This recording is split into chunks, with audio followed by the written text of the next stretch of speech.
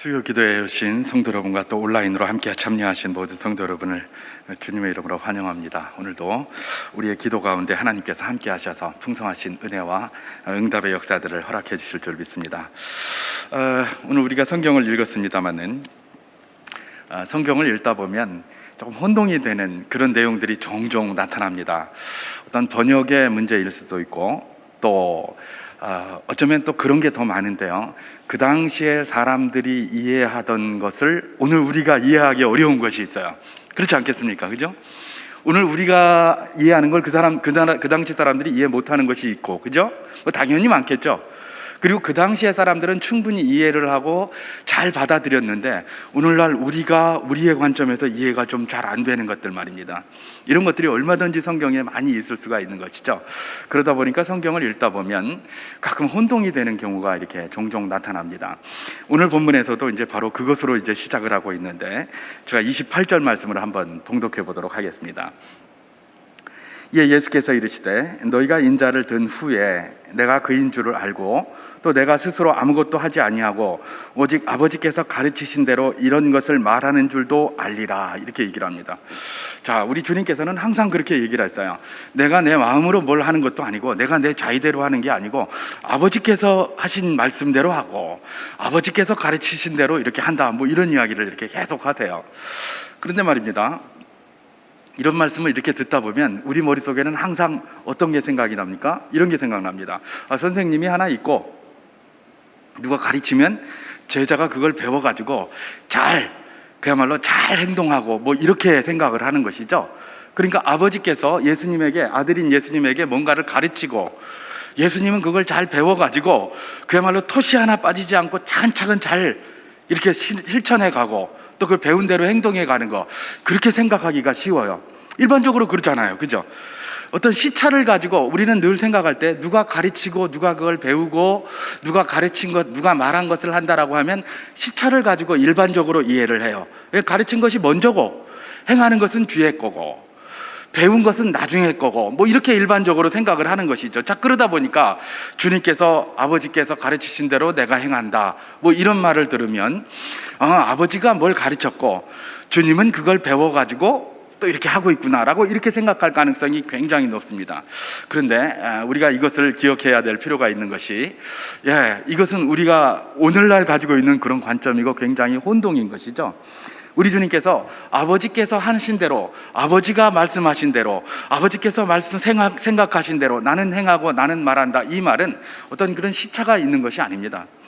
우리 주님이 어떤 분이십니까? 삼위일체의 하나님이십니다. 우리가 잘 알고 있는 것처럼 이 삼위 하나님은 어떤 분이십니까? 따로 분리가 되지 않는 분이에요. 따로 분리가 되지 않아요. 그래서 우리 주님께서는 항상 이렇게 얘기를 하죠. 아버지가 내 안에, 내가 아버지 안에. 또 뭡니까? 이런 말들을 계속해요. 또 아버지가 내 안에, 내가 아버지 안에, 아들이 아버지 안에, 아버지가 아들 안에, 뭐 이런 식으로. 특히 요한복음에서 그런 이야기를 참 많이 하고 있는데요, 이게 뭡니까? 우리 삼위이체 하나님, 삼위 하나님의 어떤 이 존재 방식, 모임의 방식들을 이야기를 합니다. 그래서 아버지가 내 안에 있고 내가 아버지 안에 있고 아들이 아버지 안에 있고 아버지가 아들 안에 있고, 이걸 페리코레이시스, 헬라어로 그렇게 이야기를 하는데, 코레이시스, 페리코레이시스라고 얘기를 하는데, 이런 방식으로 존재해요. 그러니까 이건 뭐예요? 분리가 되지도 않고 그야말로 구별은 되지만, 아버지와 아들이 구별은 되지만 분리가 되지 않는 그런 상태, 그런 상태가 바로 뭡니까? 이 페리코레이시스의 상태입니다. 이걸 좀 더 이해하기 쉽게 표현한 것이 우리 주님께서 포도나무에 비유를 한 것들을 볼 수가 있습니다. 여러분, 페리코레이시스, 다시 말해서 아버지가 내 안에, 내가 아버지 안에, 이 삼위일체 하나님의 이렇게 존재하시는 방식을 우리 하나님께서는 우리 제자들에게도 그대로 이야기하십니다. 성자 예수 그리스도와 우리의 관계도 어떤 관계로 존재해야 된다? 페리코레이시스의 관계로 존재해야 된다는 겁니다. 그래서 우리 주님께서는 요한복음 15장 4절 5절에서 이렇게 말씀하셨습니다. 내 안에 거하라, 나도 너희 안에 거하리라. 가지가 포도나무에 붙어 있지 아니하면 스스로 열매를 맺을 수 없음 같이 너희도 내 안에 있지 아니하면 그러하리라. 나는 포도나무요 너희는 가지라. 그가 내 안에, 내가 그 안에 거하면 사람이 열매를 많이 맺나니 나를 떠나서는 너희가 아무것도 할 수 없음이라. 이렇게 기록합니다.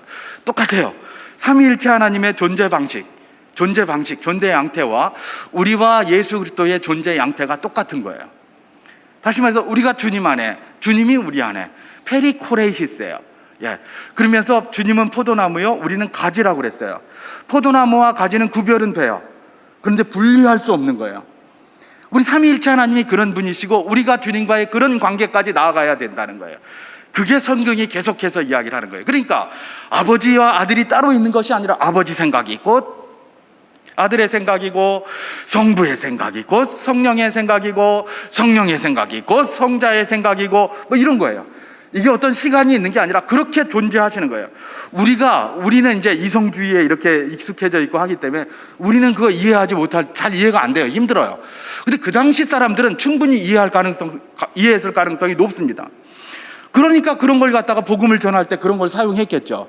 사도 요한이 복음을 전하는데 막 못 알아듣는 말로 이렇게 전했을까요? 그 복음을 전할 때 못 알아듣는 말로 뭐하러 전했겠습니까?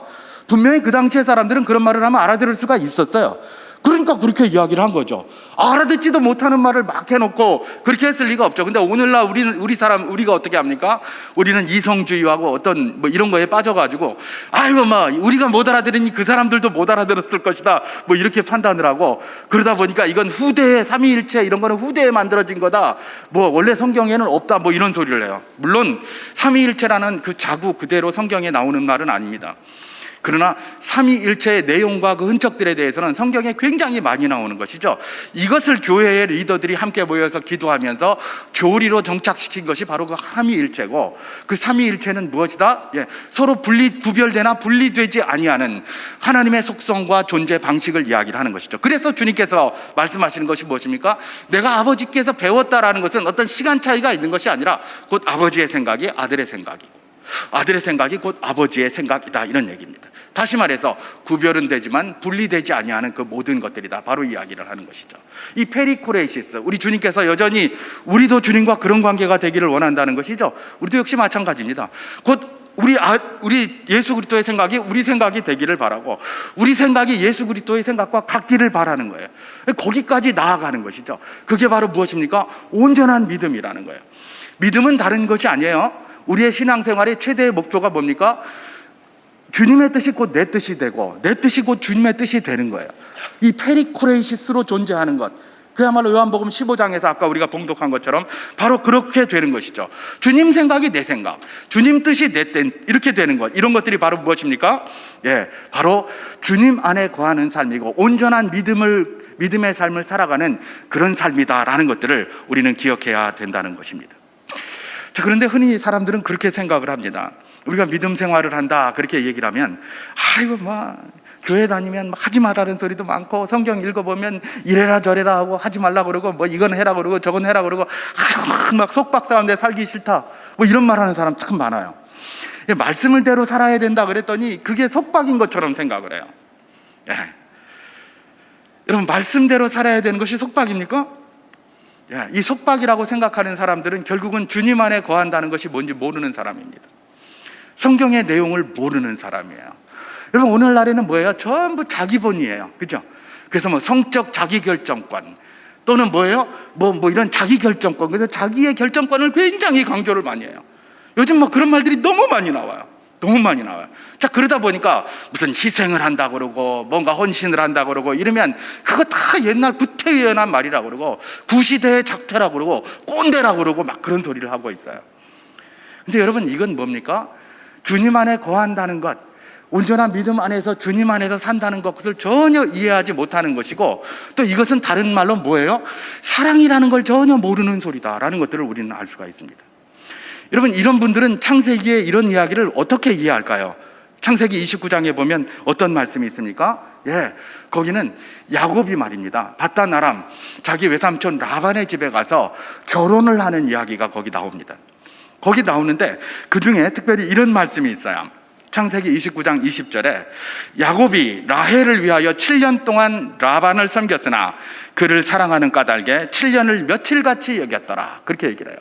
7년을 뭐예요? 며칠같이 여겼더라. 여러분, 이 야곱이 뭡니까? 자기 형 에서를 피해서 도망가가지고 밧단 아람에 자기 삼촌 라반의 집에 갔어요. 근데 갔는데 그 라반의 집에 누가 있는 겁니까?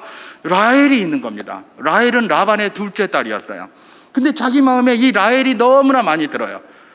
그리고 라헬은 뭐예요? 어여쁘고 아리따웠다라고 돼 있어요. 근데 그에게 또 라반에게 큰 딸이 있어요. 라헬의 언니가. 그는 누구예요? 레아라는 여인입니다.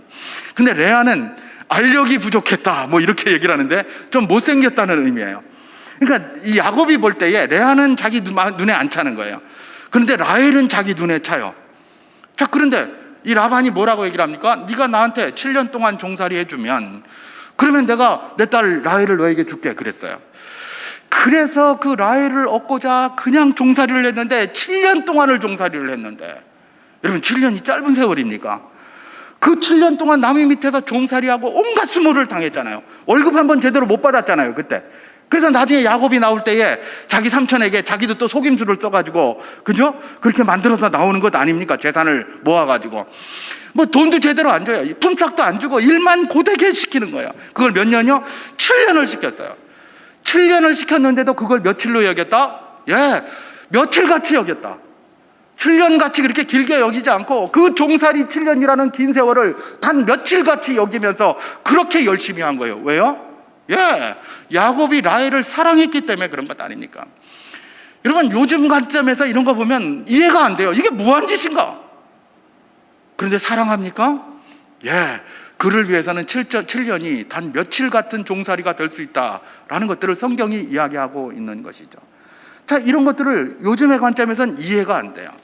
근데 주님께서 뭐라고 얘기를 하십니까? 예, 나의 안에 거해서 그야말로 너희가 내 안에, 내가 너희 안에 거하고 그렇게 살아가자. 그러면 뭐예요? 많은 열매를 맺을 수 있다. 뭐 이렇게 이야기를 하시면서 우리도 뭐라는 거예요? 믿음의 온전한 과정이고 믿음의 온전한 단계인 주님 안에 거하는 삶을 살아라. 요한복음에서 그렇게 이야기를 하고 있는 것이죠. 예, 사람들은 그것을 뭐라고 얘기를 한다? 속박이다 그렇게 생각하지만 그게 속박이 아니라는 겁니다. 우리가 주님 안에 있고 주님이 우리 안에 있고, 다시 말해서 우리가 주님 안에 거하게 될 때에 주의 모든 말씀은 곧 내 뜻이 되고 내 생각이 되고 내 소원이 되고 내 바람이 되고 바로 그것을 이야기를 하고 있는 것입니다. 여러분 오늘 우리가 읽는 이 본문도 바로 그 내용을 잘 이야기해 주고 있습니다. 여러분 오늘 본문에서는 뭐라고 얘기를 합니까? 예, 믿음을 가지게 된 사람들, 이 믿음을 가지게 된 사람들에게 좀 더 온전한 믿음을 향하여 너희가 나아가야 된다는 차원에서 주님께서 가르치심을 하는 것이 바로 오늘의 그 내용입니다. 오늘 본문은 주님 앞에 많은 군중이 모여 있었습니다. 주님 앞에 있는 그 군중들은 여러 사람들이 모여 있었는데 그 중에는 믿음이 있는 사람도 있었고, 때로는 그냥 뭐 주님이 잘한다고 하더라, 뭐 용하다고 하더라 라고 하니까 카더라 방송 듣고 온 사람도 있고, 그 다음에 그야말로 주님을 넘어뜨리기 위해서 딱 뭔가 꼬투리를 잡으려고 한 사람도 거기 많이 앉아 있었습니다. 굉장히 많이 앉아 있었어요. 그 자리에서 지금 주님이 뭐라고 얘기를 하십니까? 내가 하는 모든 일들은 내 마음대로 하는 게 아니고 아버지의 뜻대로 하는 거다, 그렇게 이야기를 했어요. 그런 내가 아들이 보낸 자다, 아버지가 보낸 자다, 뭐 이런 이야기를 막 하셨어요. 그런데 놀랍게도 말입니다, 예, 오늘 본문 30절 밑에 부분에 보면 뭐라고 얘기를 하십니까? 이 말씀을 하심에 많은 사람이 믿더라, 그렇게 돼 있어요. 그 앞에 있는 군중들 중에서 많은 사람들이 믿었다는 겁니다. 이 믿었다는 것은 이제 믿음이 시작이죠. 예, 이제 믿기 시작했다는 거예요. 저 말씀 들어보니까 저 말이 맞네 라고 이제 믿기 시작했다는 거예요. 뭘 어떻게 이 사람들이 믿게 되었을까요? 예, 당연히 뭐 우리 주님께서 하나님의 뜻을 행한다는 것들을 자기들이 눈으로 봤잖아요. 눈으로. 그래서 예를 들면 가나 혼인잔치의 역사라든지 왕의 신하의 아들을 고친 역사라든지 베데스다의 38년 된 병자를 고친 이야기, 5천 명을 먹이신 역사, 무리를 걸으신 역사, 이거 도대체 사람으로서는 할 수 없는 이런, 그야말로 유대인이 좋아하는 하늘로부터 오는 표적을 수도 없이 많이 그분이 행하셨고, 그걸 이 사람들이 듣었고 자기들이 눈으로 보았기 때문에 어떻게 한 겁니까? 거부할 수가 없는 거예요. 그러니까 믿을 수밖에 없는 것이죠. 그러다 보니까 대적하는 사람이 거기 많이 있었지만 이들은 그것을 직접 보고 직접 경험을 했기 때문에 믿지 않을 수가 없었던 것입니다. 여러분 성경에 보면 우리 주님께서 자신이 하나님이 보내신 아들임을 증명하기 위해서 행한 많은 일들이 있습니다. 그러면서 뭐라고 합니까? 너희가 내가 믿겨지지 않으면 나애가 행하는 이 일을 보고 믿어라, 그런 이야기들 많이 하셨어요. 그걸 우리가 이제 좀 신학적인 용어로 좀 이해가 좀 잘 안 되는데 경륜이라는 말이 있어요. 영어로는 이코노미 이렇게 써가지고 그걸 경륜이라고 번역하는데, 뭐 하나님의 경륜 뭐 이렇게 얘기를 하니까 이게 읽으면 이게 무슨 말인지 잘 몰라요. 이 경륜이 뭔가? 뭐 저기 뭐 대저에 있는 무슨 뭐 이 자전거 사이클 경기장인가 뭐 이제 이런 거 뭐 생각할 수도 있고, 아니 무슨 경륜, 그래서 무슨 경험, 이해가 잘 안 돼요. 이 경륜이란 말은 다른 게 아니에요. 하나님이 하신 일이에요. 하나님이 하신 일, 그게 경륜이에요. 오이코노미아, 하나님께서 행하신 일들이에요. 하나님이 우리 주님 예수 그리스도를 통해서 행하신 일들, 하나님께서 행하신 모든 일들이 다 경륜이에요. 그 오이코노미아, 그걸 보고 뭘 아는 겁니까? 하나님을 아는 거예요. 하나님을 아는 거예요. 그래서 바로 이 주님께서 이런 일들을 쭉 행하셨으니 그걸 보고 이 사람들이 우리 주님을 알게 된 거예요. 그래, 이건 사람으로서는 할 수 없는 거고 분명히 저 사람은 하나님이 보내신 자가 맞는 것 같다. 그걸 믿었다는 거예요. 그걸 믿었다는 거예요. 자, 그랬는데 이거 믿은 것만 해도 사실은 굉장히 대단하죠. 그걸 보고도 안 믿는 자들이 그 앞에 천지로 앉아가지고 계속해서 욕하고 있는데 그걸 믿은 것만 해도 굉장한 것입니다. 그런데 이 믿었다는 이들에게 주님께서는 거기서 머물면 안 된다라고 생각하셔서 더 나아가기를 시작하시는 것입니다. 그게 바로 무엇입니까? 오늘 본문 31절에 나온 내용입니다. 31절에 뭐라고 말씀합니까? 그러므로 예수께서 자기를 믿은 유대인들에게 이르시되 너희가 내 말에 거하면 참으로 내 제자가 되고, 32절에 진리를 알지니 진리가 너희를 자유롭게 하리라, 그 이야기를 하십니다. 자, 여기서 뭐라고 얘기를 합니까? 너희가 내 말에 거하면 참 내 제자가 되고 진리를 알지니 진리가 너희를 자유롭게 하리라, 이렇게 얘기하시는 거예요. 이건 뭐예요? 믿음의 시작에 들어온 사람들, 이제 믿음으로 들어온 사람들에게 온전한 믿음이 무엇인지를 알려주는 거예요. 온전한 믿음은 뭐예요? 우리가 주님의 안에 거하고, 다시 말해서 주님 말씀 안에 거하게 되고, 그렇게 돼서 주님의 제자가 되고, 그렇게 되면 그 주님의 제자가 된 그 진리, 우리 주님께서 우리를 자유롭게 해주신다는 거예요. 이게 바로 뭐예요? 온전한 믿음이에요. 우리가 어디까지 성장해야 됩니까?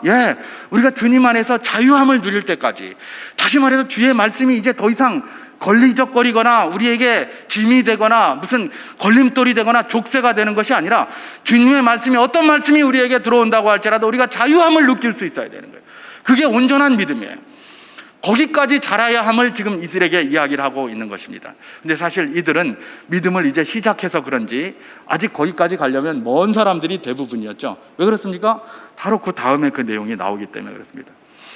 자, 이 사람들은 아직도 뭡니까? 진리 안에서 자유함을 누리지 못하는 사람이었어요. 진리 안에서 자유함을 누리지 못하는 중요한 이유, 그 근거가 여기서 하나 나오는데, 주님께서 진리가 너희를 자유롭게 하리라 그렇게 이야기를 했더니 이 사람들이 갑자기 화가 팍 나는 겁니다. 왜냐하면 주님께서 말씀하신 그게 굉장히 자존심을 긁는 이야기였거든요. 자기들이 그때 알고 있고 자기들이 확신하고 있었던 이야기가 있습니다. 그런데 주님께서 진리가 너희를 자유롭게 하리라 라고 이야기를 하면서 자존심을 확 긁는 거예요. 여기서 진리가 무엇일까? 진리는 물론 하나님의 말씀일 것입니다. 근데 말입니다, 오늘 본문에 보면 이런 말씀이 있죠. 36절에 그러므로 아들이 너희를 자유롭게 하면 너희가 참으로 자유로우리라, 이렇게 얘기를 합니다. 32절에서는 진리가 너희를 자유롭게 한다고 하고, 36절에서는 아들이 너희를 자유롭게 한다, 이렇게 얘기를 합니다. 그러니까 곧 진리는 뭐다? 하나님의 말씀일 뿐만 아니라 말씀이 육신이 되신 누구예요? 우리 주 예수 그리스도, 그분이 바로 진리다, 그렇게 얘기를 하시고, 그 진리 예수 그리스도께서 바로 누구다? 너희를 자유롭게 할 것이다, 이렇게 얘기를 하는 거예요. 그랬더니 이 사람들이 갑자기 그냥 그걸 받아들이지를 못하고 그야말로 굉장히 짜증이 나기 시작한 것이죠. 그래서 이 사람들은 아직은 뭐예요? 진리 안에서, 예수 그리스도 안에서 자유함을 누리지 못하고 뭐하는 사람이었다? 무언가에 속박되어져 있는 사람이었다라는 것들을 알 수가 있습니다. 그럼 그 뭔가가 뭐냐? 바로 그들이 알고 있는, 또 어쩌면 또 다른 방향으로 그들의 자존심 이런 거에 속박되어 있다는 것들을 볼 수가 있습니다. 자, 오늘 33절을 제가 봉독하겠습니다. 그들이 대답하되 우리가 아브라함의 자손이라 남의 종이 된 적이 없거늘 어찌하여 우리가 자유롭게 되리라 하느냐, 그렇게 얘기를 합니다. 진리가 너희를 자유롭게 하리라, 다시 말해서 주님께서 너희를 자유롭게 하겠다, 이렇게 얘기를 했더니 이분들이 뭐라고 얘기를 합니까? 우리가 아직 남의 종이 된 적이 없는데 무슨 당신이, 무슨 진리가 우리를 자유롭게 되게 한다는 말이냐 라고 하면서 굉장히 항변하는 듯한 말을 해요. 굉장히 이게 뉘앙스가 화나서 짜증내는 뉘앙스 아닙니까? 그죠? 화나서 짜증내는 뉘앙스예요. 이 사람들의 자존심이 심각하게 이렇게 긁혀진 거예요. 여러분, 이 사람들의 자존심은 뭡니까? 사실은 이때 자기들은 로마의 속국이었죠. 그래서 이미 정치적으로는 로마의 속국으로 로마의 종살이하고 있었어요. 근데 이 사람들은 뭐예요? 우리는 아브라함의 자손이다. 하나님의 약속, 택함을 받은 약속의 백성들이다. 그러니 우리는 자유함을 누리고 있다라고 하면서 진짜 부자유 속에 있으면서도 자유함을 누린다고 요즘 젊은 사람들이 이야기하는 소위 정신승리하고 있었던 거예요. 정신승리. 그러면서 우리는 자유롭다. 우리는 아브라함의 자손이다. 그러면서 아브라함의 자손인 것을 굉장히 강조하면서 우리는 비록 로마의 정복 땅에서 이렇게 속국으로 있지만 우리 영혼은 붙잡힌 적이 없다. 우리는 자유롭다. 막 이래가면서 말입니다. 정신승리하고 있었던 것이죠. 그랬는데 갑자기 예수님이 진리가 너희를 자유롭게 하리라. 이 말은 뭐예요? 너희가 아직 자유롭지 못하다. 진리 안에 온전히 거하지 못하기 때문에 자유롭지 못하다라고 이렇게 딱 그냥 자존심을 팍 긁은 거예요. 그랬더니 그냥 막 예수님의 표현에 하면 37절에 뭐라고 얘기를 합니까? 나를 죽이려 하는도다. 이렇게 말씀이 있죠. 예수님을 믿기 시작했다고 믿더라, 믿겠다고 한 이 사람들이 좀 아까는 믿었는데 그 소리, 자존심 걸리는 소리 한번 딱 듣고 나더니 이제 예수님 죽이려고 하는 거예요. 이게 뭐 조금 있다가 그 말만 했을 때는 믿었던데 이게 뭐 말도 안 되는 소리 하고 있노? 우리가 아브라함의 자손인데 뭐 자꾸 우리 보고 말이 속박됐다고 그러고 진리가 없다고 그러고 이 무슨 헛소리 하고 있노? 이렇게 되는 거예요. 우리 주님께서 왜 이분들에게 좀 더 나아가서 진리 안에서 자유로움을 얻어야 된다고 말씀했겠습니까? 이들이 바로 아직 그 진리 안에서 자유가 무언지를 누리지 못하는 삶이었기 때문에, 온전한 믿음이 아니었기 때문에 거기까지 나아가야 된다고 이야기를 했는데, 그런데 말입니다, 이분들은 뭐예요? 거기로 아직 나아가기도 전에 자기들 자존심이 딱 건드려지니까 그야말로 화를 내면서 오히려 예수님을 죽이려 했던 이런 모습들을 바라보게 되는 것이죠. 우리 주님께서는 뭐라고 얘기를 하십니까? 바로 이런 사람들에게 진리를 아는 것, 다시 말해서 하나님의 말씀이신 예수님을 아는 그것이 자유를 준다, 그렇게 이야기를 한 것입니다. 여러분, 여기서 우리가 안다라는 것 다시 한번 생각해 볼 필요가 있겠죠. 안다라는 말, 신약 성경에서 안다라는 말은 이제 뭐 다른 말들도 있겠지만 기노스코라는 것이 쓰였습니다. 근데 이 기노스코, 이게 뭔가, 여러분, 우리가 구약 성경에서 안다는 말은 많이 들었어요. 히브리어 야다라는 말이 쓰였다고 그랬죠. 그럼 헬라어 기노스코는 히브리어 야다하고 무슨 상관이 있는가? 제가 이 구약 성경을 갖다가 이 헬라어로 번역을 했던 한 세프아진트라는 70인역 성경이 있습니다. 그걸 한번 찾아 들어가 봤어요. 그랬더니 이 히브리어 야다를 헬라어 기노스코로 번역을 해놨더라고요. 그러니까 이 기노스코라는 말은 결국은 뭐예요? 아는데 그냥 아는 것이 아니라 뭐예요? 야다와, 우리가 잘 아는 것처럼 야다, 그야말로 경험으로 아는 거예요. 경험으로. 다시 말해서 여기서 진리를 알지니, 예수 그리스도를 아는데 어떻게 알아야 되는 거예요? 경험으로 알아야 되는 거예요. 하나님의 말씀을 알아야 되는데 어떻게 알아야 되는 거예요? 경험으로 알아야 되는 거예요. 하나님 말씀이 이렇다라고 하면 그래, 맞아, 이건 경험으로 아는 게 아니에요. 그렇다면 그걸 가지고 순종을 해보는 겁니다. 실천을 해보는 겁니다. 그게 경험을 해보는 거예요. 그게 야다예요. 그게 기노스코예요. 그렇게 알면 그 알게 된 그 진리가 너희를 뭐한다? 자유롭게 한다는 겁니다. 주님 말씀대로 사는 것이 더 이상 나에게 속박이 되지 아니하고, 주님 말씀으로 살아가는 것에 더 이상 거부감이 생기지 아니하고 자유롭게 그 속에 살아갈 수 있다라는 것이 바로 우리 주님의 이야기였던 것이죠. 그럼에도 불구하고 이들은 뭐 했던 겁니까? 거기에 들어가기도 전에, 경험도 하기도 전에 자기 자존심이 긁히고 자기들이 이때까지 믿고 따르던 정신승리를 해왔던 그것에 대한 충격을 받는 그 순간에 모든 것들을 털어버리고 말았다라는 것들을 우리는 발견하게 되는 것입니다. 여러분, 우리 주님께서는 뭐라 합니까? 주님을 메시아로 고백하는 것, 그것도 굉장히 중요한 것이죠. 그것은 믿음의 시작일 뿐입니다. 그러나 그 뒤에 더 나아가야 될 온전한 믿음의 방향이 있는데, 그게 뭐다?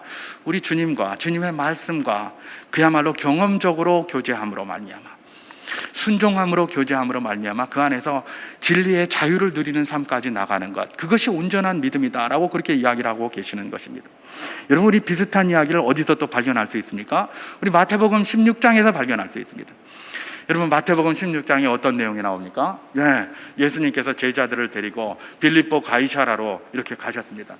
사람들이 나를 누구라 하느냐, 너희는 나를 누구라 하느냐, 이런 말을 통해서 나중에 주는 그리스도시여 살아계신 하나님의 아들이십니다 라는 베드로의 소리를 듣고 너무 기뻐서 바요나 시몬아 네가 복이 있도다라고 축복까지 했던 그런 경험이 있어요. 그게 바로 마태복음 16장 16절에 나온 그런 내용 아닙니까? 다시 말해서 이들은 주님이 메시아이심을 급하게 고백을 한 거예요. 그걸 너무나 주님은 기뻐하셨어요. 그랬는데 그게 거기까지였어요. 메시아이심을 고백한 그 믿음의 시초와 같은 거기뿐이었어요. 조금 지나고 나서 우리 주님께서 주님께서 주님이 메시아라고 고백을 하니까 뭘 이야기를 합니까? 이제 십자가에 가서 달리실 것 뭐 이런 것들을 이야기하시고 또 3일 만에 부활하실 것 이런 것 이야기하니까 갑자기 그 고백 열심히 했던 베드로가 일어나더니 에피티마오 항변을 또 하지 않습니까? 이 사람들처럼 항변을 합니다. 무슨 그런 말을 하냐고. 그런 일이 있을 수 없습니다. 그러면서 그냥 좀 심하게 이야기하면 막 주님 붙잡고 막 흔들면서 그런 일이 있다니 내가 있는데 무슨 소리 하냐고 그러면서 막 이렇게 흔들죠. 그러니까 주님께서 뭐라고 일하니까 사탄아 내 뒤로 물러나라. 그렇게 분명히 이 사람 메시아 고백했어요. 방금 전에. 그런데 그 다음에 뭐예요? 그 다음에 뭐 이제 우리 주님한테 막 사탄아 물러가라 이런 소리를 듣게 되었다는 거예요. 여러분 이건 뭘 이야기를 하겠습니까? 예, 주님을 메시아로 고백하는 것 굉장히 중요하지만 그건 믿음의 시작일 뿐이라는 겁니다. 그 다음에 어디까지 나아가야 된다는 겁니까? 그 말씀 붙들고 그야말로 항변을 하는 것이 아니라 주님의 말씀이 그러한가 하여 그걸 순종하여 그 맛을 보아 아는 겁니다. 그 속에서 우리가 뭘 누릴 수 있는 겁니까? 그 말씀이 주는 자유를 누릴 수가 있는 겁니다. 그것이 온전한 믿음이라는 거예요. 그것이 온전한 믿음. 이 땅을 살아가는 우리 모두들 사실은 어느 위치에 있는지 우리가 잘 모릅니다. 처음에 믿음의 메시아로 주님을 메시아로 고백한 그 믿음에 아직 서 있는 사람도 있고, 그러나 그럼에도 불구하고 누구든지 아직도 이 온전한 믿음으로 완전하게 다가간 사람은 없을 것입니다. 그렇기 때문에 우리가 이런 사도 바울의 그런 고백을 기억할 필요가 있는 것이죠. 무엇입니까? 빌립보서 3장 12절에서 14절. 내가 이미 얻었다 함도 아니요 온전히 이루었다 함도 아니라 오직 내가 그리스도 예수께 잡힌 바 된 그것을 잡으려고 달려가노라. 형제들아 나는 아직 잡은 줄로 여기지 아니하고 오직 한 일 즉 뒤에 있는 것은 잊어버리고 앞에 있는 것을 잡으려고 표대를 향하여 그리스도 예수 안에서 하나님이 위에서 부르신 부름의 상을 위하여 달려가노라. 이러면서 달려가고 있죠. 다시 말해서 온전히 이루은 것도 아니고 우리가 온전한 믿음에 지금 도달한 것도 아니죠. 우리는 아직 공사 중입니다. 그죠? 계속해서 온전한 믿음의 공사 중이에요. 물론 진도는 많이 나가 있을 수가 있습니다. 어떤 분은 이제 메시아로 고백한 그 자리에 위치한 분이 있다면 어쩌면 이 말씀 안에서 순종하는 가운데 자유함을 누리는 초기 단계에 있는 분도 있고 중기 단계에 있는 분도 있고, 그러나 아직 완성은 아닌 모든 단계에 누구입니까? 우리 모두가 들어 있습니다. 그 어느 곳에 있든지 우리가 고백하며 또 기도해야 될 것이 무엇입니까? 주님 말씀의 순종함이 그야말로 나에게 더 이상 속박이 되지 아니하고 그야말로 자유함이 되고 주님의 뜻이 내 뜻이 되고, 그래서 결국 내 뜻이 주님의 뜻이 되는, 내 생각이 주님의 생각이 되는 그런 상태까지 끊임없이 달려가는 내가 되게 하여 주시옵소서. 이 기도가 바로 이런 말씀을 붙들고 우리가 해야 될 기도인 것을 우리가 발견하게 되는 것입니다. 말씀을 정리합니다.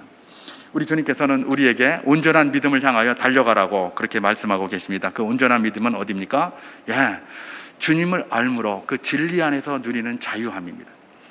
주님을 안다는 것은 무엇이다? 하나님의 말씀을 경험으로 아는 것이에요. 경험으로 아는 것. 경험은 어떻게 할 수 있을까요? 그냥 공부해서 할 수 있는 게 아니죠. 머리에 채웠다면 그것을 가지고 실행을 해서 맛보아 알아야 되는, 경험을 해봐야 되는. 그러면 그것이 주님의 말씀을 순종했더니 그야말로 모든 것들이 다 잘 되고 모든 것들이 다 주님의 인도대로 되는구나라는, 그래서 그게 더 이상 나에게 짐이 되지 않아야 하는 그 상태가 뭡니까? 주님 안에서 진리 안에서 자유함을 누리는 바로 그런 삶이 된다라는 것을 오늘 본문에서 이야기를 하고 있습니다. 말씀을 생각하시면서 이 저녁에 우리가 먼저 그렇게 한번 기도했으면 좋겠습니다. 온전한 믿음을 향하여 우리가 끊임없이 한 걸음씩 달려가는 한 해가 되게 하여 주시옵소서. 올 한 해를 그렇게 기도해 주시고, 한 가지 더, 주님 말씀이 나에게 전혀 속박으로 느껴지지 않는 자유함, 그 자유함이 내게 있게 하여 주시옵소서.